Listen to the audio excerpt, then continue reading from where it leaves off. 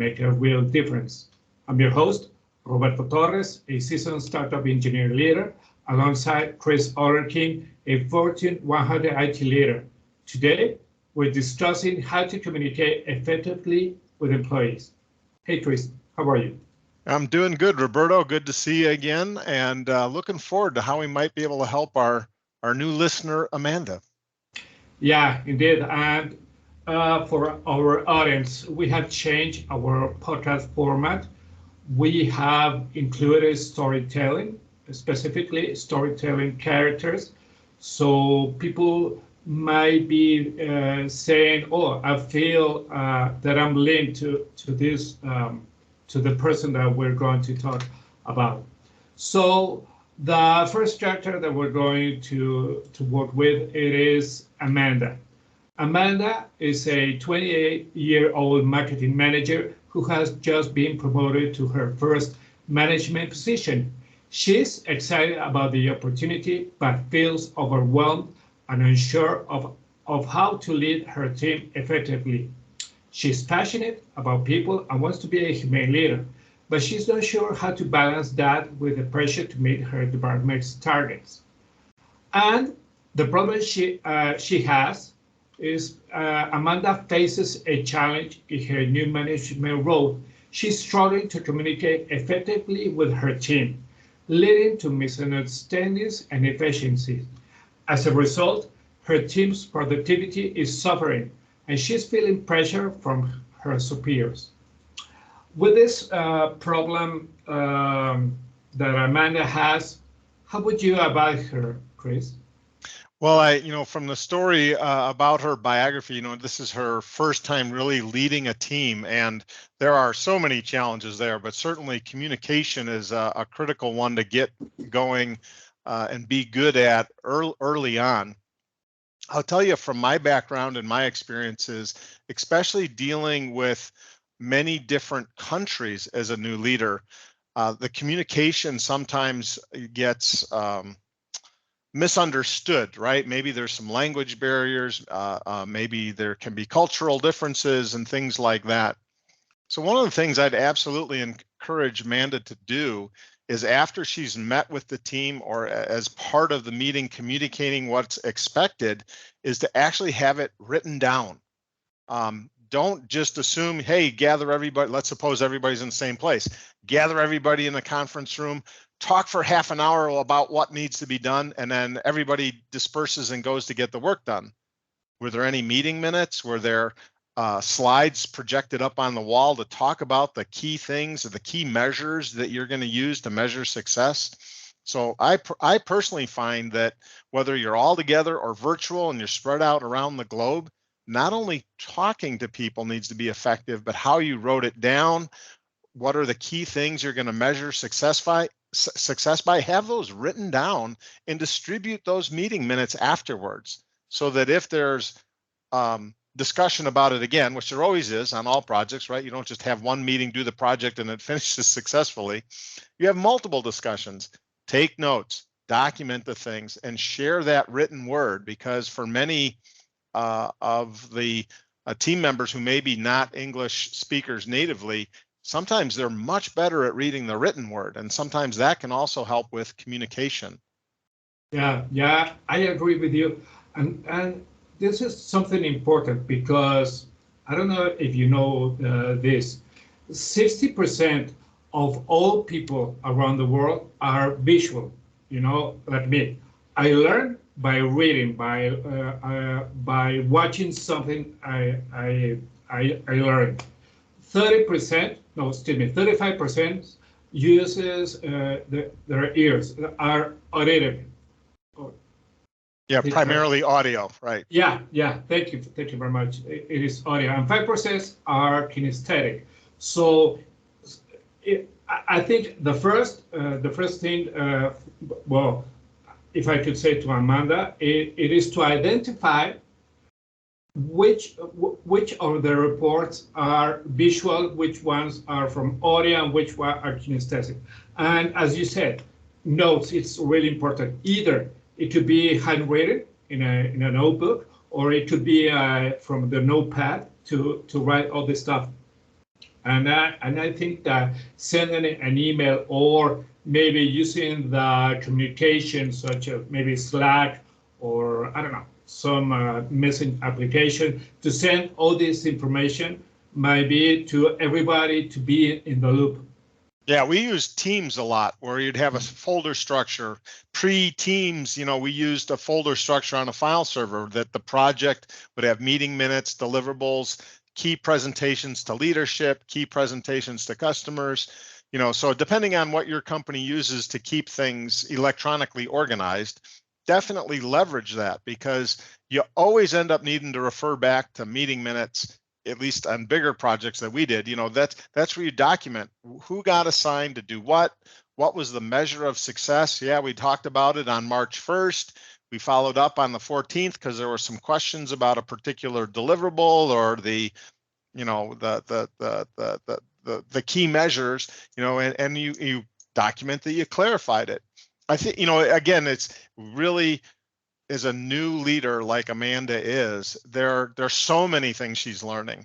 But to keep the team successful and keep them on track, whether you're a new leader or an old leader, having that written documentation about it and sharing it so that you can refer back to it, both the team members can refer back to it and the leader can refer back to it. Because I'll tell you what, as a leader, my memory isn't always perfect either. And Amanda needs to realize that just becoming a leader doesn't make you a very good memory person. Yeah, and even though she will be or she is 28, her memory will be full with information. So she has to write down. Let me tell you something about what I did during meetings and writing minutes because I'm a visual guy. I'm a zero audio guy, and what I did usually run out with the tools to be available is to record the meeting. So after the meeting, what I would do is play again fast, and I will take notes because I will do it. Besides taking how could I say general notes in the meeting, but every person is different. And one thing that I have to add is that since she's a new manager, I think that she has to know that her reports might have a different mindset than herself. Meaning, some people might be comfortable where they are. Okay, they don't want to grow. Climb the ladder. Some people might say the opposite. I want to be in a better position, which will mean a higher salary, more responsibilities, etc. So acknowledging this from her boss will allow her to, one, to communicate effectively, and second, not to be frustrated because people won't do what she might be expect them to do. Yes, no, absolutely. And when you are thinking about those other teammates, it can get very complicated. And we'd have to consult with Amanda to learn a little bit more, but it can get really communicating can get very challenging if one of those team members was in the running for the job that she got promoted to. So if you've got a team of 10 and one of those 10 was competing for the same job that Amanda got, that person maybe not always on purpose, but maybe on purpose, might even make communication more difficult. Maybe in the meeting, they can be subtly disruptive, interrupting constantly, or fidgeting and making noise during the meeting and distracting people with some passive aggressive kind of anger that they unfortunately did not get the promotion and Amanda did. So Amanda needs to, as she's communicating in these face-to-face situations, assess that. So if she is in that situation and there's one person who really is making the communication more difficult, call them aside later after the meeting and talk to them. I've had that experience. It's very challenging. It's happened several times. So I got a lot of experience with dealing with somebody who was not very passive, very actively aggressive about it. actually came and sought me out and demanded that I give up the job because they were more qualified for it. And that was a very tough conversation to have. But also just some with people that were more passive. They were angry, they didn't get it. But look, I had to explain to them, I didn't know they were interviewing for it. You know, the best thing to do is get some feedback from that panel that interviewed. You know, this is my advice. I'd tell Amanda, tell them, hey, look, you know, we both interviewed for it. You need to ask the panel, what did the people that interviewed you, maybe they found some skill that you were lacking or something. And I always told even the person who was very actively mad at me for getting it, that I would always work with them to build up skills or build up their resume of what, you know, was the barrier for them getting the role besides me. I did climb the corporate ladder, but I was not a type A aggressive about it. I enjoyed my work and that was enough, but management kept pushing me to go higher and I was okay with that too. So, you know, I always felt I could try and help anybody be more successful any way they wanted to go on that ladder. And I think if Amanda can communicate and catch some of these problems early in the first few weeks of being the leader, it makes a big difference. She should never let the communications continue to be broken. That's one of the key things as a leader is you need to address these things right away, because if you let it go 3 or 4 meetings, it just gets more, the problem gets more embedded, whatever the problem is, whether it's a disruptive employee, whether it's she needs new skills in communicating, you know, address it early and start to practice whatever the fix is, whether it's dealing with the passive aggressive employee who doesn't want to participate, whether it's she needs to learn new skills in presenting, how she presents the material to the team. You know, any of these things that we advise to folks, I highly recommend trying them out right away, because the more you do the bad habits, the more they become your habits and they get harder and harder to break over time. Yeah. Well, I never faced something like you faced before of, I don't know, getting the job and to the other people, to the other person wouldn't.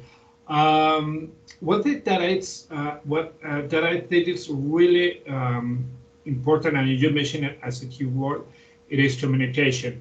She requires to have active listening with her reports and with the manager as well. And by meaning active listening it's a really formula. It's a simple formula, excuse me.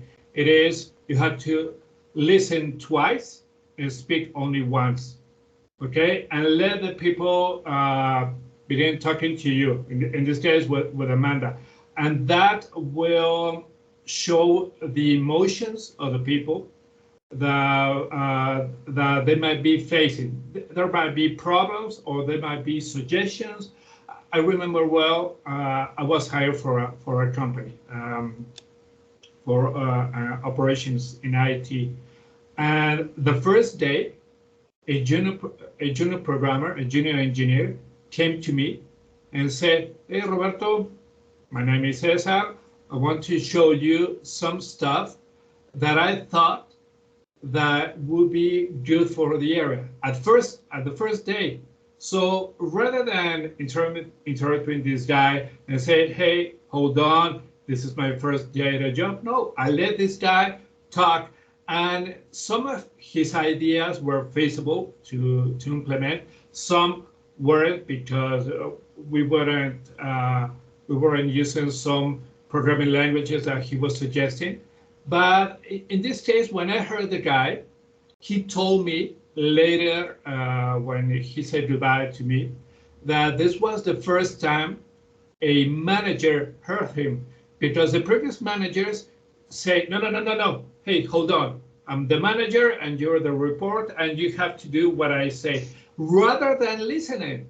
Because in the end, I got into an area, a department, excuse me, that had, I don't know, 6 or 7 years of age. And there were a lot of people working in them who knew each other. And the previous managers got in and said, "We're going to do this and that." And there were autocratic leaders.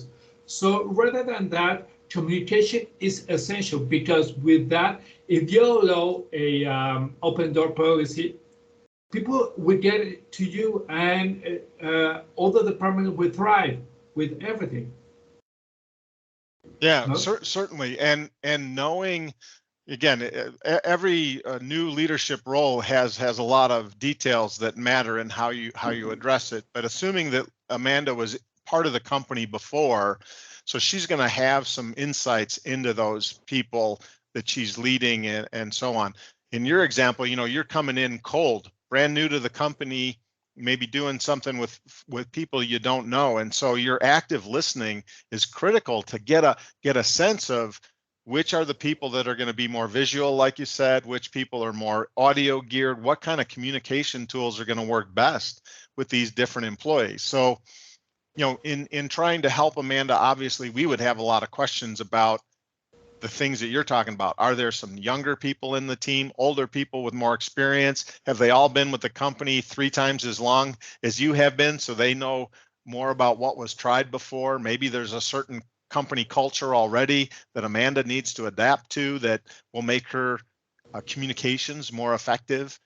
My background was with a multinational global environment, right? So lots of different cultures, lots of different personalities types. And so, whenever we would have a meeting like this, where we're meeting visually with Zoom, we used Skype and Teams, but we would always present something, even if it was just a one-to-one meeting, doing some visual things. Maybe it's just presenting what you're taking the meeting notes in on the screen.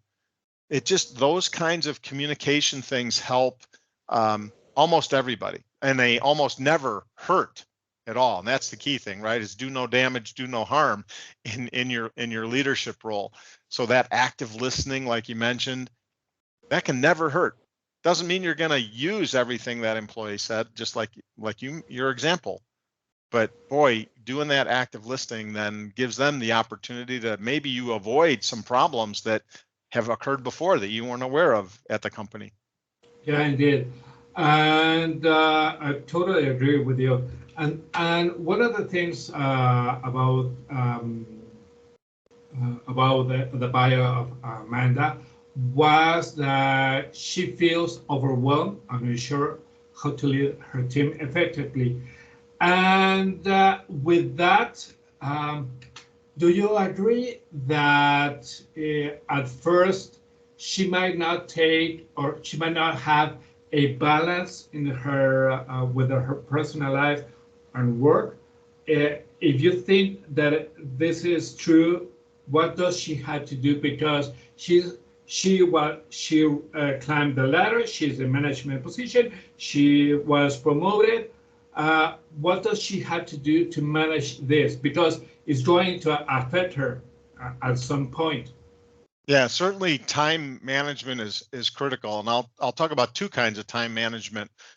For your active listening example, as in a meeting, and I know I failed to do this as an early leader, is I always overpacked my meeting agenda.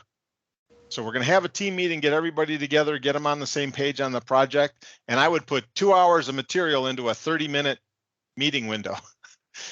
You actually want to do the opposite, especially early in your career and early in meetings with the team.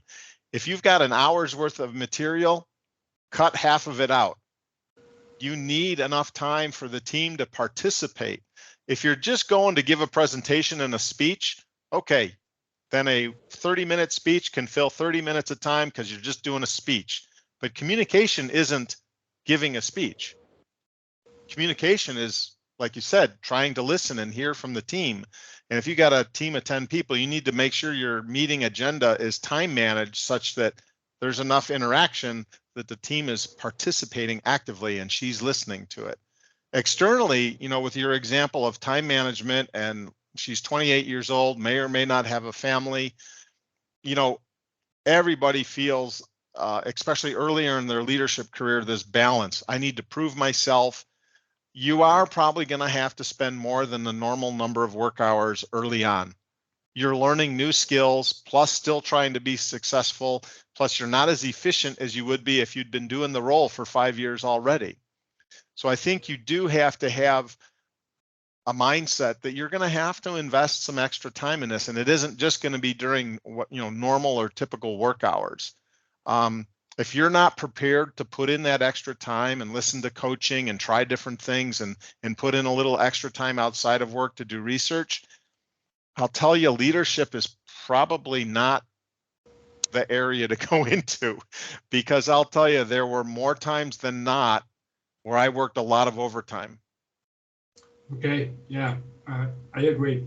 One thing that is with this question that I made to you is that maybe you got into a meeting, and this meeting could last hours. So you must communicate with your team and say, okay, I'm new at this position. I require to have some information. I will try to the meetings, maybe not shorter, but I will try not to take away from your time. Let's say that they work 9 to 6, okay? And they say, okay, I won't do a meeting at 5:45 that will last 3 hours. I will try to in advance to tell you this, but if we get maybe this meeting to be, I don't know, to take more time that is supposed to, I ask you to have a little patience for me and understand it, because I'm in this. I won't say to you that we're going to have this meeting up to 8 at night. No, we maybe have it maybe 30 minutes, but please help me with this, because if she shows that she's willing to make this department better and to communicate honestly with her reports, they will say, okay. But if she wouldn't, and she will have a meeting and people will say, oh my God, it's already 7. I want to be with my kids, with my wife, at the gym, at the bar, etc. People won't be paying attention. And the most important thing is for her for other people to be wary and to be providing all these insights on all this information, not thinking about other kind of stuff.